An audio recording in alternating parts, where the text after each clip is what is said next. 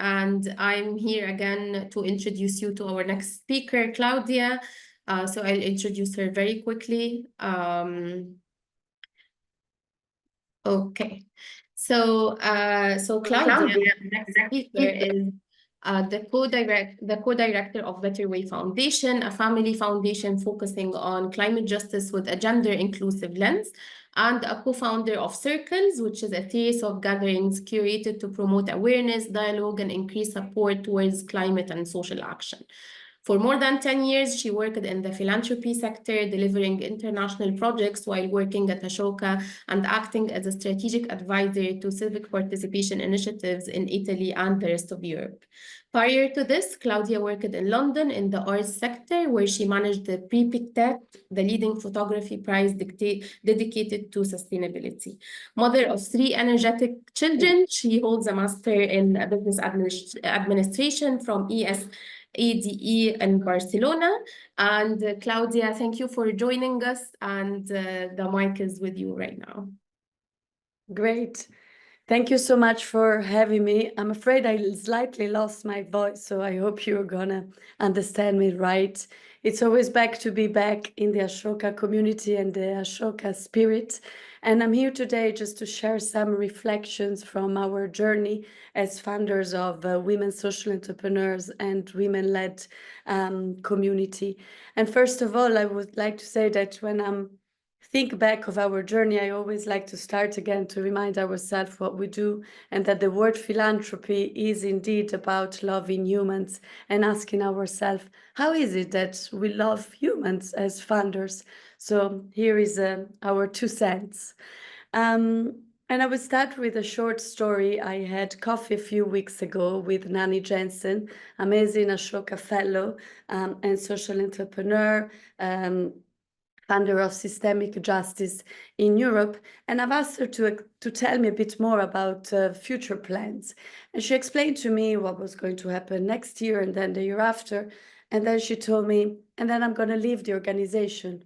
And I have to admit, I was in shock. And I was also a bit in panic of saying, what you mean you're going to leave the organizations? You know, we're funding you. Where are you going to go? And she explained, and she said, you know, Claudia, this issues we're tackling are really long term, and I need to build an organization that has impact beyond me and without me.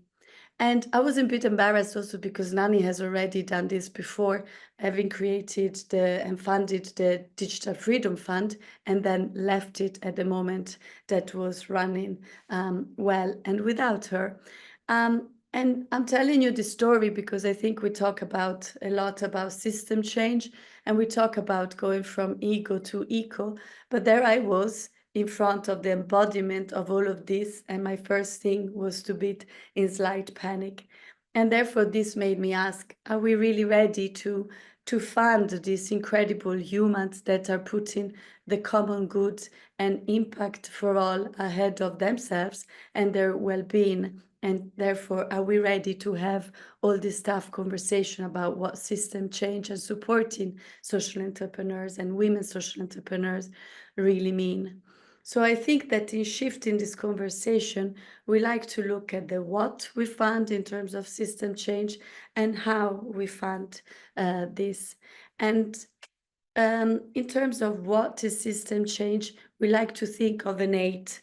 The 8 was a model given us by Sofia Monsalves, an amazing social entrepreneur and the director of FIAN International, working on food systems and food security, who told me once, you know, philanthropy should be around creating an approach that is both bottom up and top down.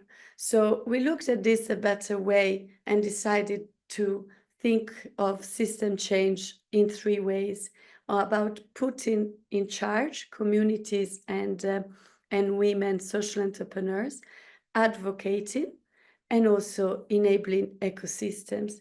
And this goes very well with the WISE model.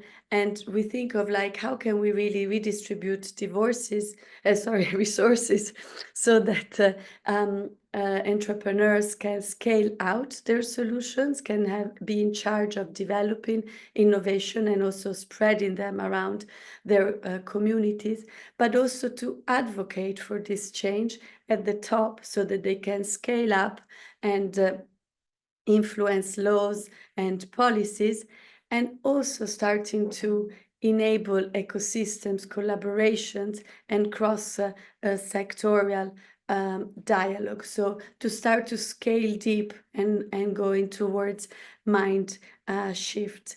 And the eight that represent scaling out and scaling up and scaling deep should be a continuum, should be a conversation that one has with social entrepreneurs. So we're looking here on how to have this conversation and how to put women social entrepreneurs really in charge. And the first thing was that we stopped talking about grantees, but started to speak about partners. Partners we can have a mutually trust-based relationship based on dialogue and based on feedback. So we ask for feedback as much as we provide feedback. And the second part is to how can we fund beyond funding? How can we think of our role as redistributing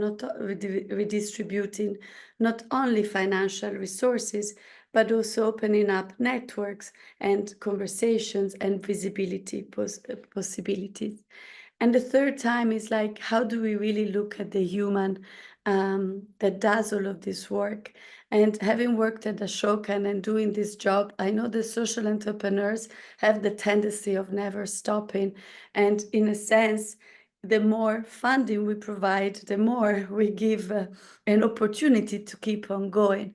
But this could result in burnout, which is the worst return in investment we can have as funders, but also as society. So thanks to another Ashoka fellow, Bart Whitchins, we started to develop a small well-being program to allow our partners to have access to coaching and other well-being practices. But I think that all of this that I shared with you very quickly, in reality can be very simple when we engage in a dialogue.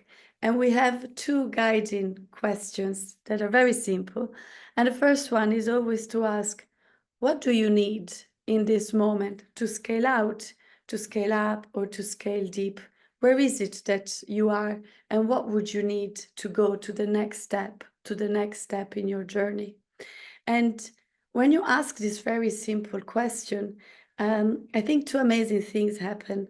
First of all, you have open space for imagination, for co-creation, and for innovation on the journeys of change making. And the second part is that you can identify what I call the magic gaps that are under-resourced areas sometimes that can provide a big lever if funded, if covered for the organization to go to the next step of their journey. And the second question we always like to ask is, how did it go? What did you learn? What went right? What went wrong? And this is how to establish, and if we want to visualize again the eight in this path, that of course is not very easy. How do we establish the practice of learning journeys and learning dialogues that can happen one-to-one, but can also happen across communities tackling similar issues? And I just have a few minutes left to tell you an example of one of our partners, Joanna Bauer. She's also an Ashoka Fellow, and she runs Eliberave, an organization in Romania working on human trafficking. And we started to work with Joanna when the war in Ukraine started, and she really needed to scale out and to have more funding to work at borders for detection and prevention of trafficking. And while she was scaling out, she actually developed a tool called the Compass that really was scalable across geographies to help other civil society movements and organizations to take these measures for prevention and detection. But having seen all of this, she realized that a lot what was missing was the policy and the law frameworks to be able to really do this work. And so she started to scale up and advocate at EU level for transnational transferring mechanisms. And and in doing this scaling up work, she realized that there were yet some other problems that were really around the mindset and how human trafficking is lost, even when we look at the SDGs. And so she's now working on scaling this work and talking about this work at UN level. And I'm talking about this because this has been a 3 years relationship and 3 years work, where the only thing that we have done was to provide a space for this work, for this scaling out, scaling up, scaling deep to to um, to happen, and how change. We cannot just talk about input and output. And in fact, I asked Joanna if I could very briefly share this story of her amazing work. And she told me, yes, please do, but please also remind everybody of something, remind them about dreaming. And I was like, what do you mean? It's like, yes, remind them that even in the most difficult work, the most difficult thing is to have relationship with funders where there is space for dreaming and there is space for imagination. So I just leave you with the wish of finding space as humans to imagine together, even when it's about the most difficult challenges. So thank you so much for having me.